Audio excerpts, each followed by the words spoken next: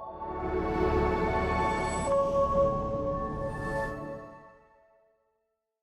love it all, big and small. So my passion is really just sharing that love of nature with others, with kids and with my fellow adults and you. That is my very knowledgeable guest this week, Doug Fraser. And this is What About the Wetlands, a podcast where we talk about all things wetlands on Vancouver Island. This week we talk about Buttertubs Marsh, all of the issues that are facing marshes these days, and everything in between. Thanks for being here, and I hope you enjoy. I'm here today with Doug Fraser, and we're going to chat about wetlands. So, sounds good. Would you like to let us know a little bit more about yourself? Well, yeah, I'm Doug Fraser, originally from Ontario. I've been living here since 2015. I'm an active member of Nature Nanaimo, local naturalist group. Did a degree in wildlife biology at the University of Guelph, but then I spent my career as a biology science teacher, high school teacher in northeastern Ontario. Nice. And I just have a love of the environment and everything in nature. I love it all, big and small. So my passion is really just sharing that love of nature with others, with kids and with my fellow adults and you. Awesome. I love that. That's so cool that it's been like your entire life pretty much has been on this one really useful trajectory. And it's one of those things that just, as a kid, I always loved like looking in little ponds at tadpoles and whatever and bringing that home and putting it in a jar and thinking, that's cool, that's beautiful. And so it's something that's kind of hardwired into me, it seems. I'm so different than that. I have had so many passions that have just like taken me in like all these very different weird directions. So I'm always in awe of people that have kind of stuck with like, one path their entire life instead of jumping around like a crazy person like I have. Okay. So that's really cool. And that you're still like doing it like retired age and it's nice to be able to do that. Yeah. And with people who are retired, a lot of people like our club demographic, for instance, is mostly retired people. We have like 130 some members, and quite a few of them are young, but mostly retired people. And I think it's just because when you're retired, you have the time to just spend out in nature, taking it easy, pair of binoculars, walking around, bird watching, doing, the things you've always wanted to do but didn't have as much time to do maybe. Right, yeah, that makes sense. So, the question that I ask every guest first is, what is your definition of wetlands? Since that's obviously the theme of our podcast. Yeah, well, it's a good question. I guess for me, a wetland, of course, is any ecosystem, and we think of it as sort of as freshwater wetlands as opposed to marine environment, but an area where water plays a dominant role in the ecology of the habitat. So some wetlands, have open water. Marshes, lots usually associated with open water, herbaceous plants, swamps, open water, but more treed, but all wetlands, right? And we talked just before the interview started a little bit about ephemeral wetlands, wetlands that are only temporary for part of the year. The ground is wet, there may be puddles, very important ecosystem for critters that only want a temporary wetland because they want to complete their life cycle but not have a place where their predators, their enemies, can live all year round. So if I'm a fish and I like eating tadpoles, I can't survive in an ephemeral pond. So that means those tadpoles don't have to worry about me if that's where they choose to grow up. Yeah, and we were talking a little bit about how in this part of the world, on Vancouver Island, we have bullfrogs that have done a very good job of eating a lot of the frogs that live here because of the fact that there's like ponds that they're living in that are... Yeah, I guess another thing about wetlands that comes to mind is not only what they are, but the fact that they're amongst our most threatened habitats, right? Threatened because of loss of wetlands, because of human activities. Wetlands are often relatively flat, fertile, rich soil, great for agriculture or land development. So they're threatened by just habitat loss, being converted, drained, for other uses. And then, of course, invasive species is a huge problem in all kinds of habitats, and wetlands certainly one of them. And like you say here, bullfrogs, red-eared slider turtles taking over. We have in Buttertubs Marsh in Nanaimo, lots of invasive plants. You know, the yellow iris, beautiful looking plant. Canary reed grass, nice looking grass, but taking over from the cattails and things that should be there. Right. Yeah, and lots of blackberries, which I enjoyed very much on the tour that I met you on. Yeah. But they're not great for the environment. Yeah, blackberries, European hawthorns. Oh yeah, right. There's a lot of invasive plants, and then out in the water itself, the pretty white water lilies, which are eastern. We don't have white water lilies here native. We have the yellow bull lily, or the yellow, what's sometimes called the yellow water lily, but fewer petals. That belongs here. So when you see that, that's good. But the other ones are pretty, but they don't really belong. So that's a really good segue into talking more about Buttertubs Marsh, which is, like, to me, one of the coolest marshes on the island because it's something that's been restored, right? Yes, yeah. It was at one time. It's been used as farmland, but it was reflooded and maintained now as a wetland, and it's right in the heart of Nanaimo, so it's lucky for people right within the city, right within that urban space, to have access to a beautiful conservation area. So there's the troubles with it in terms of the invasive species, but anytime you have a water-rich environment, life will be attracted to it. So the migratory birds, the native plants and animals that do live here, they may have to compete with some invasives, but they do have a beautiful environment, a beautiful habitat to be in.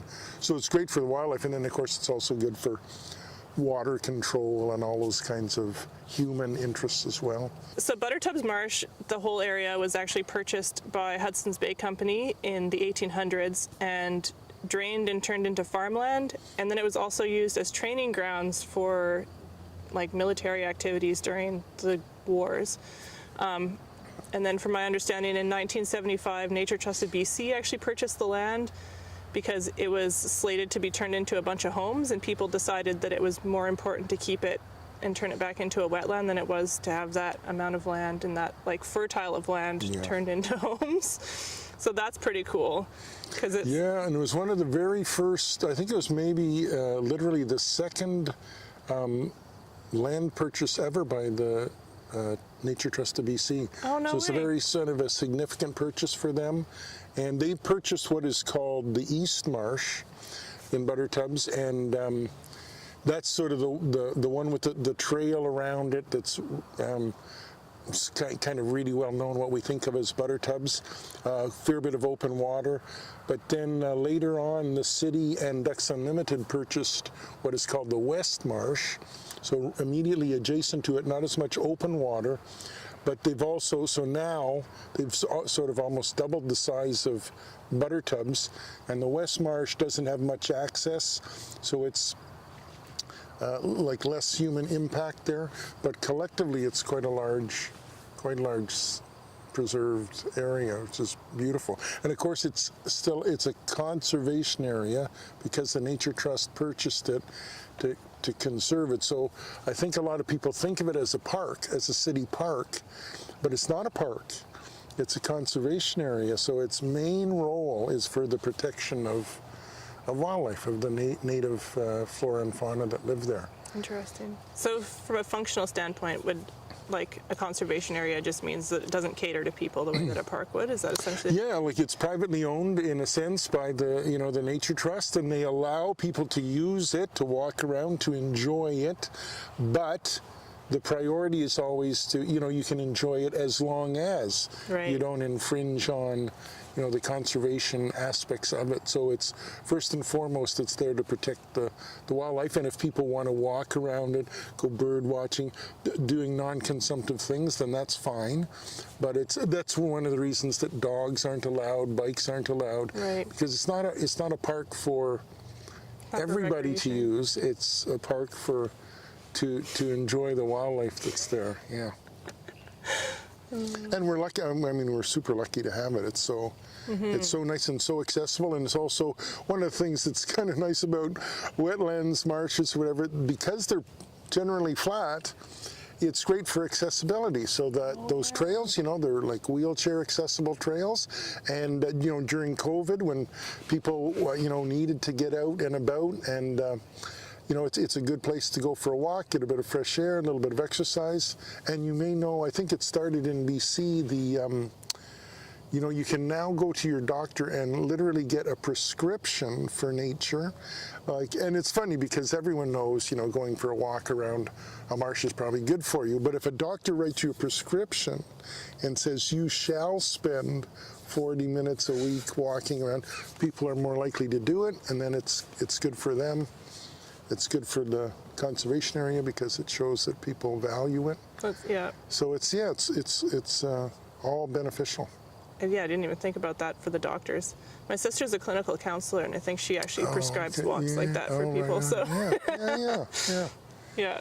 And I think we're at something like 182 species of birds, for instance, have been documented, have used or been to Buttertubs. You know, some are year-round residents, some are migratory, some are just there, you know, they've been seen once there, but it's heavily used by birds. And of course, birds are well known because, you know, they're obvious, and there's lots of birders, so it's something you can see and document. So it's not like, you know, other things aren't using the marsh as well, but the birds are well documented at Buttertubs. Oh, that's nuts. I can't even imagine knowing enough birds to be able to recognize like 100 species, let alone. Yeah, well now, of course, there's with apps, you know, you have like the Merlin app, it helps you. And then eBird is an online kind of service that people document their observations. So you can go on eBird and see what was seen where recently. Oh, cool. So that's kind of nice, because if you're looking for a particular bird, or I had a friend, for example, friends visit me from Ontario last year, and they were like, oh, I'd like to see a gilvery warbler or whatever. And I'm like, well, let's just check on eBird. And it was seen like 2 days ago at such and such a spot. And we just drove there, got out of the car, and sure enough, start hearing a bird call, and that's what it is, and we were able to see it. So, you're sharing, you know, it's citizen science, right? You're sharing not only your love, but also your observations, which are good for other nature lovers, but they're also good for scientists that are, you know, now they have a whole network of nature enthusiasts providing them with data for their work, right? So you can see where birds, you know, what habitats are being used by who and when, and so it's good. That's awesome. Good stuff, yeah. Okay, back to Buttertubs. The turtles that are there, they're one of the coolest things. And so I went out on a tour that you were leading. Right. And I was so impressed by the fact that you just kind of like looked across the marsh with your telescope and you were like, yeah, there's the turtles. And I was like, how did you find them? We're in this huge marsh, and there's they're just like on the edge of the reeds or something. Well, they like to, like a lot of animals are pretty habitual, right? So turtles in particular, because they're a cold-blooded animal, they like to warm up when they can in the sun.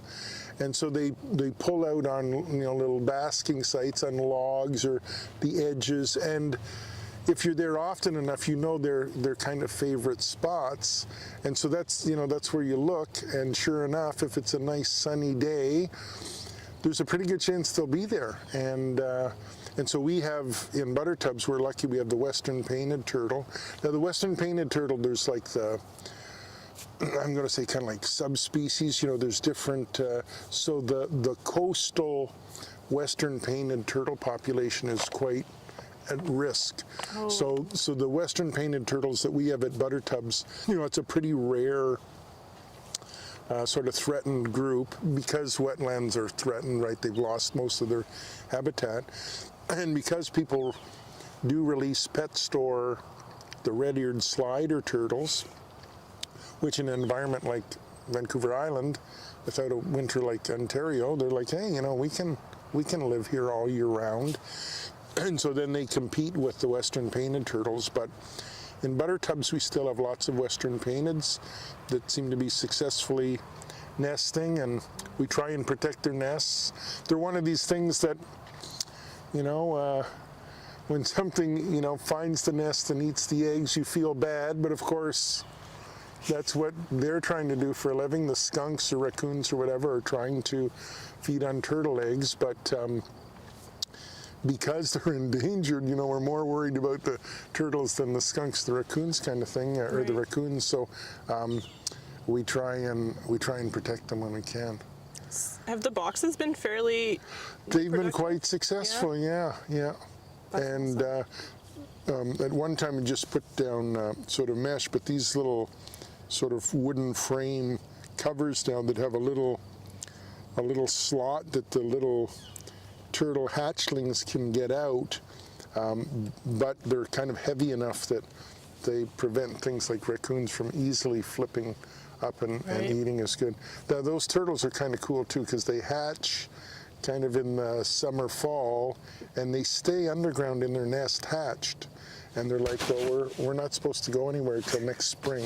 So they just sit in the ground through the winter, and then in the spring, they claw their way through the gravelly earth to the surface, and then head out to the marsh. So most of the boxes that are out there right now then have turtles in them? Yeah, if it's been a successful nest that hasn't been dug up, there's little turtles under there that have probably hatched by now, and they're sitting there just biding their time. Crazy. Which I think people also, it surprises them that how many animals, they can go a long time without eating, right? Because when you're cold-blooded, I'll use that term, but they don't really need much energy to just kind of maintain themselves if they're not doing anything. Right. So they just sit in the cold ground for months and then become active, and away they go.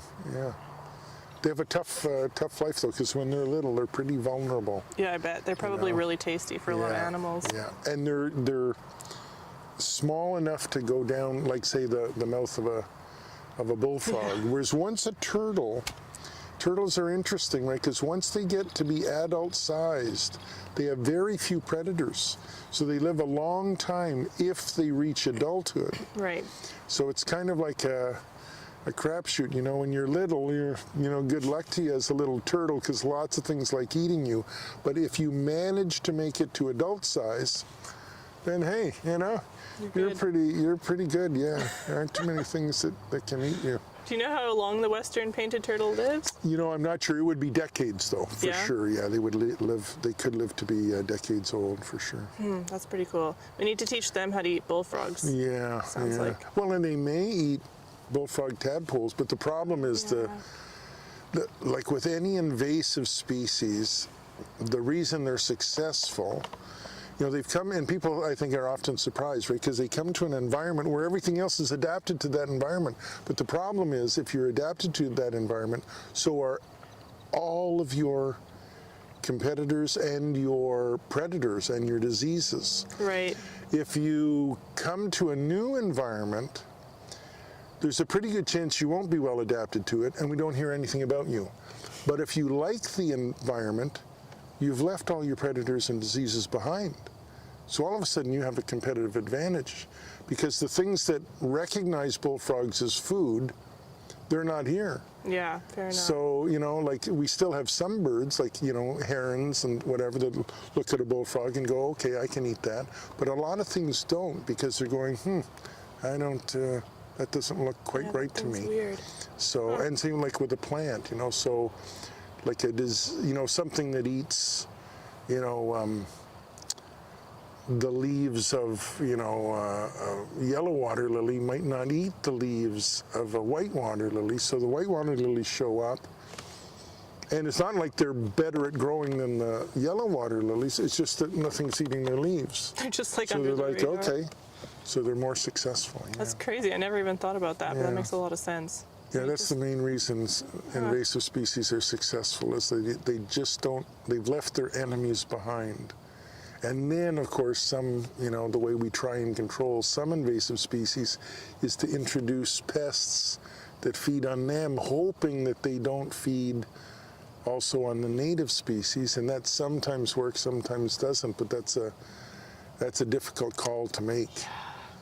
because invasive species can be really, really serious, but you don't want to make the mistake of like making it even worse, right? Yeah, this sounds like Russian roulette, honestly.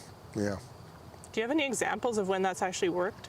It's like, I don't really like the tansy, they released, or a purple loosestrife, they released a beetle that feeds on purple loosestrife. I'm not going to say exclusively, but predominantly, I think, and I think it's been fairly successful. So purple loosestrife is still around, but it's not a horrible invasive species in wetlands. In Ontario, it was a huge deal. It's like, oh man, purple loosestrife's going to like sort of wipe out wetlands in Ontario, and it's still problematic, but not so bad. Huh, that's really cool. You know? Yeah, it's usually the opposite you hear about, like, I don't even have any examples of things that have been introduced to fight something else, and then they're worse than the original invasive species was. Yeah, I think that's like, I'm not sure if I got the story exactly right, but there were some Pacific Islands where I think they released mongooses maybe in hopes of controlling rats. But then the mongooses decided to eat the native birds, flightless birds and birds' eggs and stuff. They thought, oh, these are great. So they maybe ate a few rats, but the problem became worse because what they were hoping they would control, they actually chose native species as their primary food source. It was like, oops, that's so yeah, it can be really problematic. Australia is famous for the rabbits, right? And of course they released the virus that is pathogenic to rabbits. So the virus controls the rabbit population somewhat, but you still have rabbits, and we don't like seeing rabbits all die with viral diseases, but probably better than having rabbits destroy the environment, right? Mm-hmm. Cactus aren't native to Australia. Oh, They're really? introduced to Australia and they've run rampant because lots of native species go, I don't want to eat a cactus with all those spines. I'm not adapted to that. Yeah, try figuring that one out. So the cactus, a slow-growing plant, has been very successful in Australia because of, it left its herbivores behind.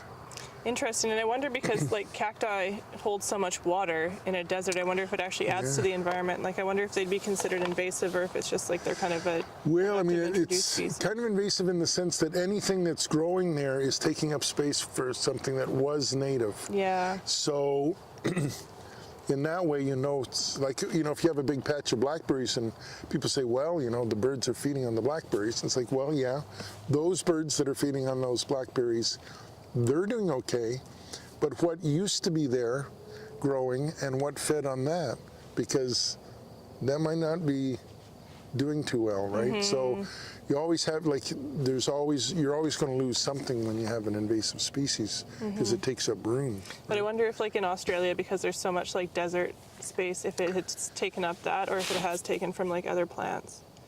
Could be interesting. Well, there's a lot of video or photos of areas that are massive quantities of cactus, which, but yeah, I know what you're saying. It's like at least it may be more biologically productive, but different species than it was. So yeah. Interesting.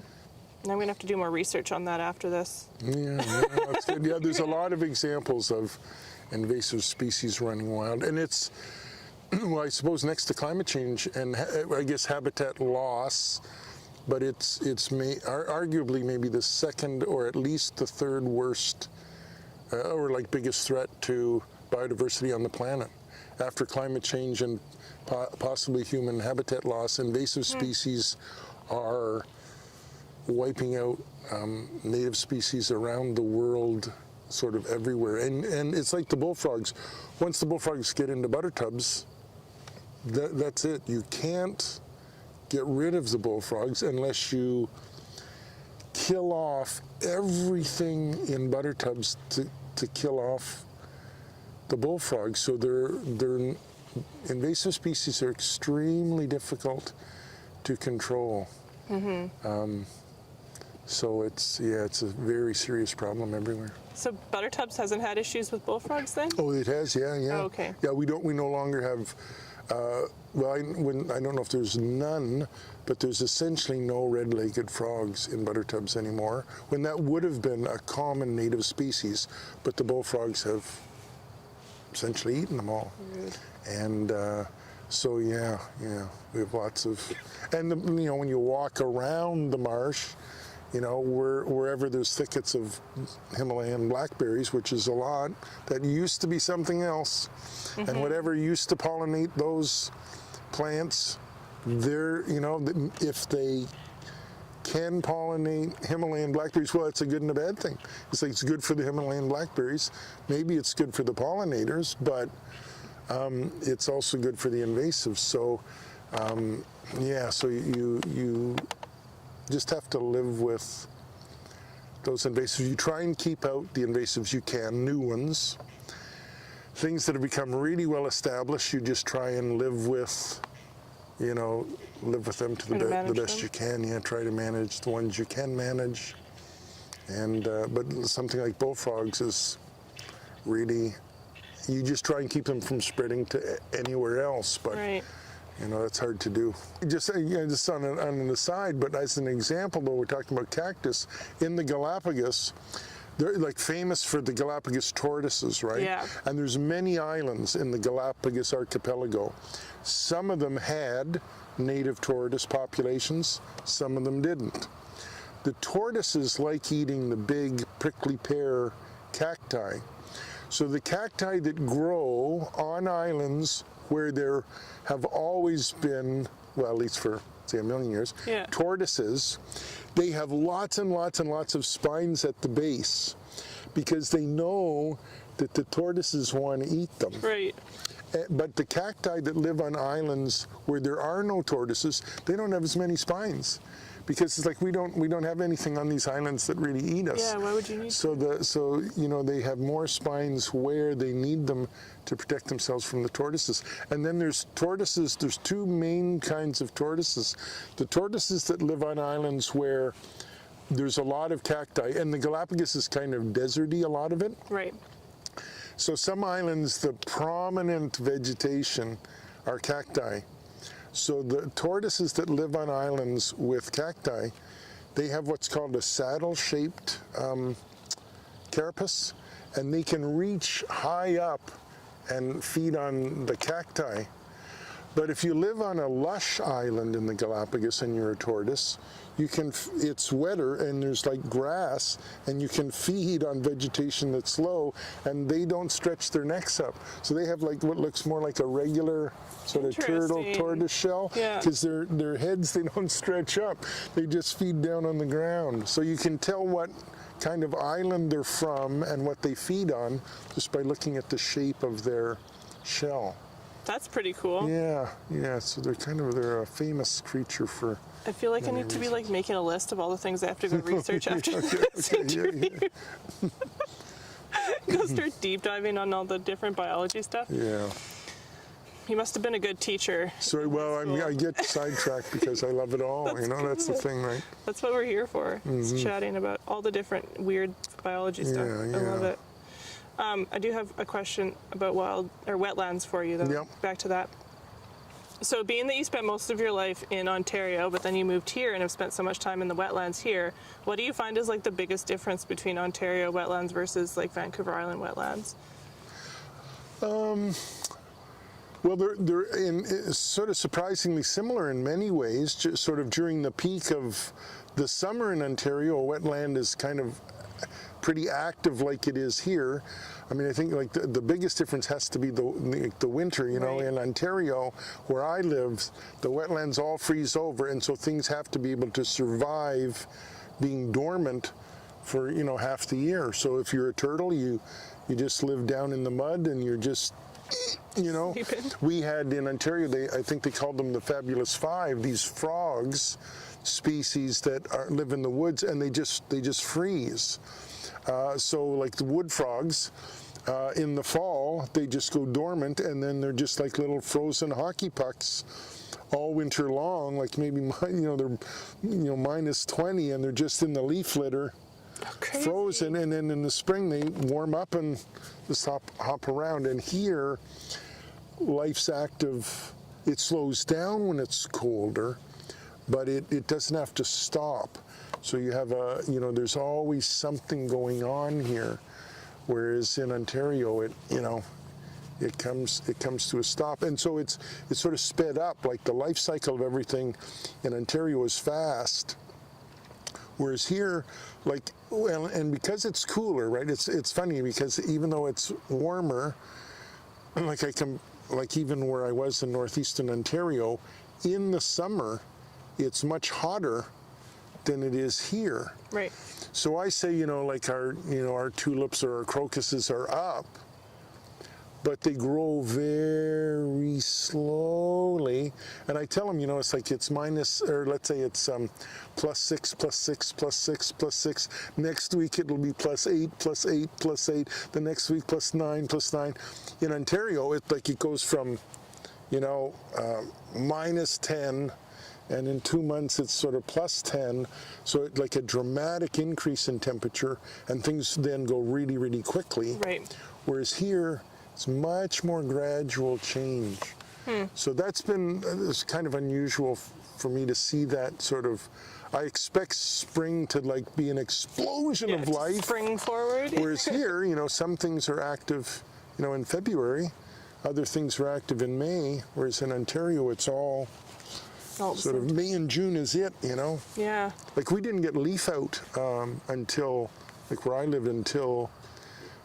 Full leaf out until after the middle of May.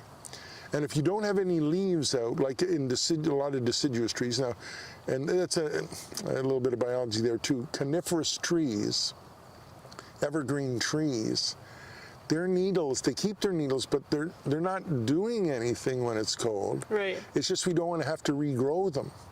So low nutrients, so we save nutrients by not replacing our leaves. But it's not just because we have green leaves in the wintertime, we're not doing lots of photosynthesis, it's too cold. So in Ontario, though, you have all these deciduous plants that have no leaves yet. If you have no leaves, you have no photosynthesis, you don't have insects feeding on leaves, everything's waiting for the plants to become active. Then the base of the food chain, the insects start feeding on the leaves, the migratory birds, the little warblers come back and start feeding on the little insects, and right. And the pollinators, everything's starting to produce flowers in the spring. Whereas here, there's things flowering in February, right? So there's some pollinators out in February, and we have bats, for instance, that are active all year round here. Now in the winter, they're not nearly as active, but they could be out flying essentially any night of the year. Whereas in Ontario, they either migrate or they find a cave to overwinter, and they're not doing anything until it warms up in the spring, because there is no food flying around to catch at -10, right? Whereas here, if it's 0 degrees, there might be the odd bug flying around, and you go out and you can catch it, Yeah. I think a bat's wing would freeze pretty fast too if it was out there. Yeah, it'd be super, super cold. It would just, because they weigh almost nothing. Yeah, but they have a lot of blood vessels and wings, don't they? Yeah. They would cool off in a hurry. So you have to have a steady supply of food. Right, yeah. So in Ontario, it's just not there except in the spring, summer, early fall, Whereas here, if it's -10, you say, okay, we're not going out tonight. But if it's +2, you go, I'm a bit peckish. We do get the winter bugs. It's always like, oh, is it spring already? No. Yeah, no, that's right. There's just a mosquito in January for some reason. Well, see, there's always advantages to that, right? If it's cold, and you think, okay, well, it's 2 degrees. Why don't you wait till it's 10? Because that's nicer. But at 2, you don't have as many enemies, because you know what? Right. At 2, I know it's tougher, but I go it alone, right? So it's that's an interesting thing actually about wetlands too, is that because many insects, well, like lots of animals, but say insects, but they breed in the water, right? So their larvae are in the water. You think of something like mayflies or dragonflies, or they often do a thing called predator swamping, whereas they all emerge like within a few days of each other. Right. Because if you all come out at once, even if you're like the favorite food of birds and fish, and everyone knows you're coming, it's like the western toad. The western toad, they all emerge like within a few days of each other. Right. And the garter snakes are just waiting for them. But I can only eat like 50 of them, and then I couldn't eat another one, and they're all coming out at once. So if you all come out at once, everything that likes to eat you is absolutely engorged, couldn't eat another one, and so everyone else can get by. Whereas if you say, well, we're gonna spread ourselves out over a month, then if my favorite thing to eat is mayflies, every day I fill up, and then the mayflies, most of them get eaten, right? You don't get tired of mayfly. Yeah. So there's a lot of species do that predator swamping thing, and I think to a lot of people, if they do happen to see that, it surprises them. They think it's so weird. They see huge numbers of little toadlets leaving the water, heading into the forest. Because as an example, the western painted toad, adult toads are terrestrial. They live in forests. They don't live in the water. They just lay their eggs in the water.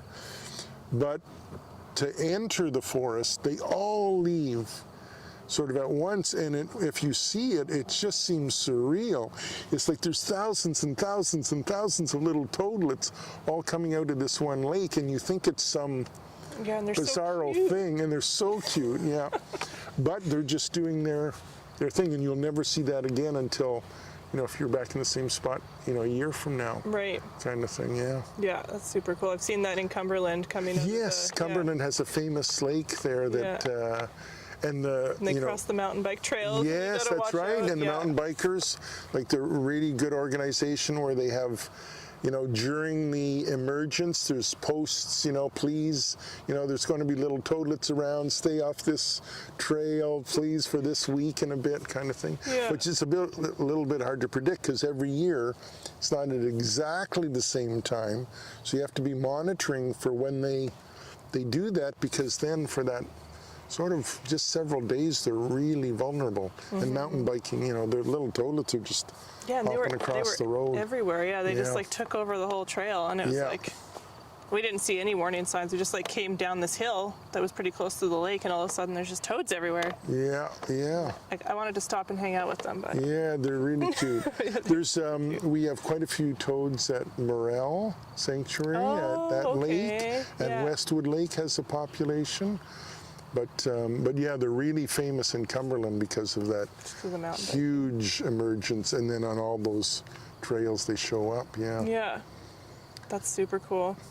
But then lots of things use wetlands as that sort of breeding ground for their young. So we found a really cool sack of salamanders.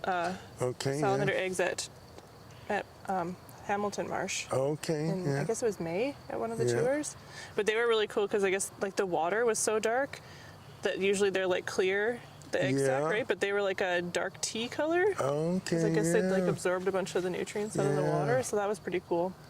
Yeah, we have the northern salamander. I think it's I don't know if it's called the giant northern salamander. Anyways, it's quite a large salamander, and lays pretty big egg masses in there.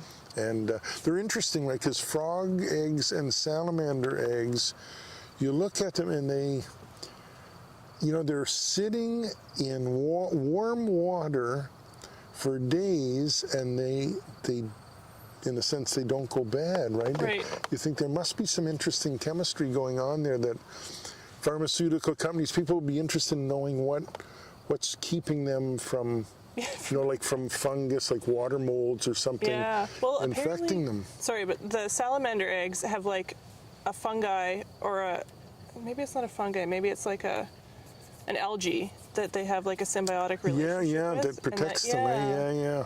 There's a lot of that, and maybe it releases oxygen that helps with the little egg development. Yeah.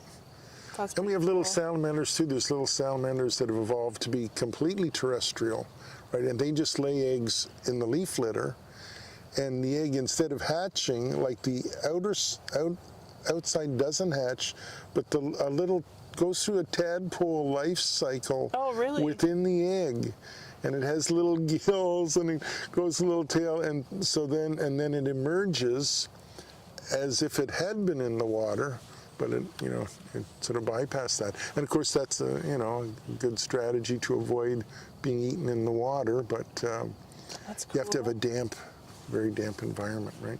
And they'd be more in the forest, I guess, than anything. Yeah. Salamanders very widespread, though. They're one of these animals that are much more abundant than people realize because you just don't see them. They're a secretive Yeah, they're good at hiding. animal. Yeah. I always feel like very privileged when I come across one. Yeah. 'Cause, And you think of something like a tree frog. Well, they're noisy, right? hear them right now. Yeah. As a matter of fact. When they're singing, they're like but salamanders don't. I don't think they make much noise. I don't know if any of them do. So, you're not aware that they're there. Those little tree frogs, if you're only aware if you saw them, most people don't see tree frogs very often. No, true. But there's a lot of them around, and they're loud. Are they ever? That's an interesting bit of biology there too, is that if you're a frog and you're a boy and you're singing to attract the girls, it's like, okay, if I sing a lot, predators find me. If I don't sing, I'm safer, but I don't get the girl. Yeah. So I have to kind of sing enough to get the girl, but not have a predator find me. So they're very nervous. As you started talking about them singing, they stopped singing in the forest just then. It's kind of funny. Yeah. They haven't started again either. So now, was there a predator, or they just get tired for a minute and needed a break? Maybe, yeah. And this time of year, I don't know, it's kind of, it's not, you wouldn't think it's not really their breeding season, but they still call sometimes, They seem to have they call a lot in the spring. Yeah. Into like maybe June, and then they're quiet for like July and August, and then September they start again for a few weeks. Yeah, maybe moving around a bit, sort of establishing new territories. Maybe, hey? But yeah, in the spring is really when they're trying to get the girl, and yeah, they're so loud. Yeah, they're so loud. I wish I recorded it this year. It was like, it was deafening. It was like you had to yell at each other. Oh yeah. Oh, it was so loud. It was crazy. Yeah. And that's the way it's supposed to be. Like it's a lot of people are because we've lost so much, and that's actually, I think, a real problem that humans have, is because during our life, which we think is long, but we get used to what we've seen, and then we're not, because change is fairly gradual relative to a human lifespan, we don't take notice of it. Like I say to people, when you drive across Canada, like you should be outraged that you haven't seen 2 million bison, because they were supposed to be there. But because there's never been bison there, I don't see that as it doesn't strike me as being crazy. When I used to live in Ontario and we occasionally go to the East Coast, I wasn't super upset that there wasn't 250,000 walruses in Nova Scotia, but the most southern population of walruses used to extend down to the East Coast, to the Maritimes. I would have loved to have seen walruses, but I wasn't upset because I didn't know what I was missing. So if there was no Canada geese next year at all, I'd notice it.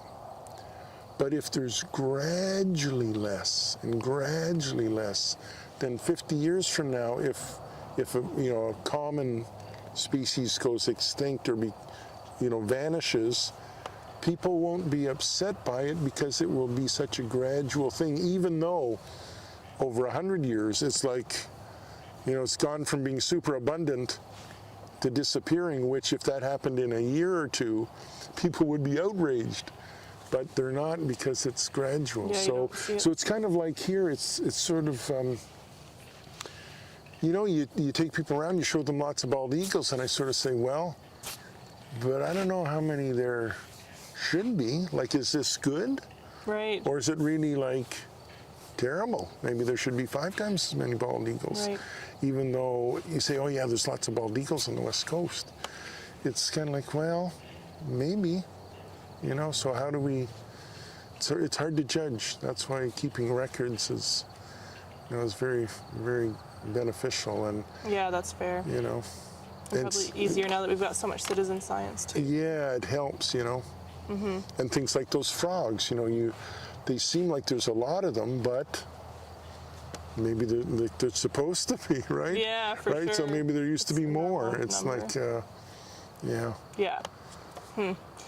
So on that note, as somebody who has observed wetlands for quite a few years, looking just at Canada specifically, are you hopeful for the trajectory that we're going with wetlands and like kind of understanding their importance, or do you feel like maybe we're like looking towards more, like you're saying, species still disappearing? Yeah, well, I guess it's sort of a two-sided coin there. On the one hand, I think we have way more citizen science. We know way more about the value of wetlands, so we're better informed.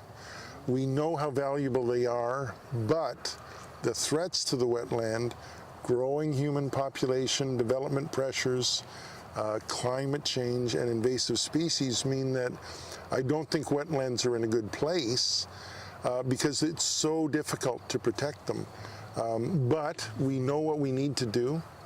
We're doing some of that, like here, the Hamilton Marsh, protecting the Hamilton Marsh. It's fantastic, right? It's absolutely fantastic, but it's kind of like buttertubs. You can't protect buttertubs from the bullfrogs. So, you're going to lose the red-legged frogs because the bullfrogs are in. So you can do the best you can, but some of these big threats are very serious and are going to be really difficult to overcome. But you try and be hopeful, and there's good signs, but it's challenging, right? It really needs a concerted effort. So people have to trust the science. They have to appreciate that wetlands are valuable, are important, and then really commit to protecting them as best they can, right? And that's not easy. Do you have any advice for people that do want to get involved and help to protect? Like, what would you recommend for people to move that direction? Well, I think first and foremost maybe is appreciating them. Get out there, take people out there, learn about them, because you care about what you love and what you're familiar with. That's one of the advantages of some of these apps and stuff. People go for a walk in the woods in the summertime. Little birds are hard to identify. You bring along the Merlin app, and it hears the birds and identifies, and you say, you know what, I just walked through this forest, and I'm not a birder, but there's these 12 species of birds that I was like right in their territory, and they live here, and they had cool sounds, and I can see a picture of them, so I know what I didn't see, so I appreciate it. So if you go out there and you appreciate it, you get out into nature, that's good. That's really important for kids. And I was going to say, like now, and we have the luxury, we're in beautiful Arrington here out in the countryside, but most people spend most of their lives in urban settings. So for example, Buttertubs in Nanaimo's like 100,000 people.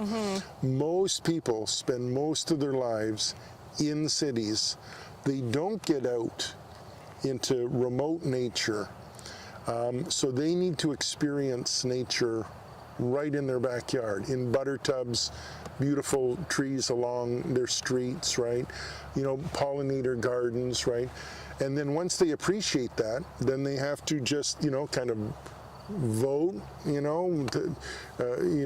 contribute to agencies, like participate in people that are trying to protect Hamilton Marsh, Buttertubs, whatever, support the Nature Conservancy, support NALT, support the Hamilton Wetland Conservation Group, you know what I mean? Just do your part as in every way you can, You don't have to be the activist that goes out there, because maybe you're not, familiar enough with it, but if you're aware and you help out, then that goes a long ways, right? For sure. Prioritizing, right? Like this marsh is important to me. Let your politicians, your decision makers, your town council know that I value this, my kids value this, I want it protected, right? Yeah, for sure. So, because that's what, your politicians are just going to do what they think their constituents want them to do, right? Yeah, theoretically anyway. Yeah. Enough pressure, hopefully. Yeah, that's right, yeah. Do you have any closing thoughts or anything else you want to talk about? We've covered so much. You are just like an encyclopedia. Well, I would say I've got to say we're very lucky to live where we live. We live in just a beautiful part of the world, and we still have some wetlands left. And we can go and see them, and we can go to alpine meadows, and we can see, the Vancouver Island marmot, and so we, Cathedral Grove, we can still see some big trees, some beautiful wetlands, some orcas. When I moved from Ontario, it's like, okay, I left the fall colors, but I got whales, I got hummingbirds every day of the year. So we do live in a beautiful environment. So I think people in BC are aware of that. Like they know how spectacular nature is and can be because they're immersed in it. So we have that good fortune, I think, to know what is possible because we still have some of that. So that gives us maybe a leg up on some people who might live in an urban center that, in a sense, they don't know what they're missing, right? Right, yeah. So we're pretty lucky, and that's one thing like nature in Nanaimo. When there's a low tide, you go out into the intertidal zone, and you just see the sea stars, and it's just beautiful, right? You have access to a beautiful world, right? So we have the diversity of, from the alpine meadows to the ocean. Wetlands, big forests, we kind of have it all. Right? It's true. Even like in the Okanagan, you have deserty environment. So we have the really dry. We obviously have very wet. If you're over in Tofino, it's a pretty wet environment. Coastal rainforests and dry, arid, deserty conditions in the interior. So, we're lucky. Yeah, definitely. Oh. Well, thank you so much for you're very welcome. This. Yeah, my pleasure. This has been very informative. And again, I've got a list of things now that I have to research, which is always a good sign, right? Yeah. Well, and send me any emails if you have, specific questions that you wanted to. I'm just enthusiastic about it, and of course, that's one of the advantages of being a science teacher, though. You could talk about kind of all this kind of stuff a lot because you sort of have that, you can fit it in, right? So right, yeah. And this is probably a skill set you've learned, figuring out how to fit it in and get people interested. Yeah. But that passion goes so far with getting people to care, so it's a big deal.